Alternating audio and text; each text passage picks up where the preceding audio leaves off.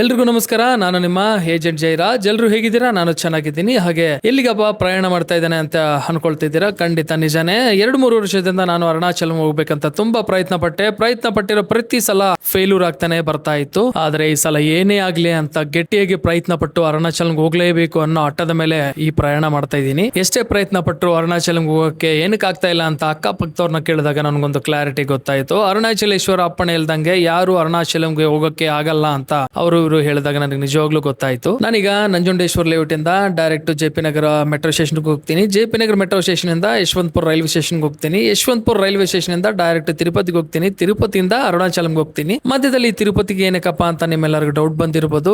ನಮ್ಮ ಫ್ರೆಂಡ್ಸ್ ಎಲ್ಲರೂ ಬಳ್ಳಾರಿಯಿಂದ ತಿರುಪತಿಗೆ ಬರ್ತಾ ಇದ್ದಾರೆ. ನಾನು ಬ್ಯಾಂಗ್ಳೂರಿಂದ ತಿರುಪತಿಗೆ ಹೋಗ್ತೀನಿ. ತಿರುಪತಿಯಿಂದ ಅರುಣಾಚಲಂಗೆ ಹೋಗ್ತೀವಿ. ಫೈನಲ್ ಆಗಿ ತುಂಬಾ ಖುಷಿ ಆಗ್ತಾ ಇದೆ. 15 ವರ್ಷದಿಂದ ನಾನು ನನ್ನ ಫ್ರೆಂಡ್ಸ್ ಜೊತೆ ಯಾವುದೇ ಟ್ರಿಪ್ಗೆ ಪ್ಲಾನ್ ಮಾಡಿರಲಿಲ್ಲ. ಫಸ್ಟ್ ಟೈಮ್ ನಾನು ನನ್ನ ಫ್ರೆಂಡ್ಸ್ 15 ವರ್ಷದ ನಂತರ ಅರುಣಾಚಲಂಗೆ ಲಾಸ್ಟ್ ವೀಕ್ ಇಂದ ಪ್ಲಾನ್ ಮಾಡ್ತಾ ಇದೀವಿ. ಸೊ ಹಾಗಾಗಿ ಅರುಣಾಚಲೇಶ್ವರ ಅಪ್ಪಣೆ ಕೊಟ್ಟಿದ್ದಾನೆ ಅಂತ ನನಗೆ ಇವಾಗ ಕ್ಲಾರಿಟಿ ಬಂದಾಯ್ತು. ಕೊನೆಗೆ ನನಗೆ ಮೆಜೆಸ್ಟಿಕ್ ಬಂದಾಯ್ತು. ಇದೇ ಮೆಜೆಸ್ಟಿಕ್ ಅಲ್ಲಿ ನನ್ನ ಟ್ರೈನ್ ಟೈಮಿಂಗ್ ಬಂದು 8:20 PM ಇರುತ್ತೆ. ಅದು ತಿರುಪತಿ ರೀಚ್ ಆಗೋಕೆ ಆಲ್ಮೋಸ್ಟ್ 4:30 AM ಗೆ ತಿರುಪತಿ ರೀಚ್ ಆಗುತ್ತೆ. ಕೊನೆಗೆ ನಾನು ಹೋಗ್ಬೇಕಾಗಿರೋ ಟ್ರೈನ್ ಬಂದಾಯ್ತು.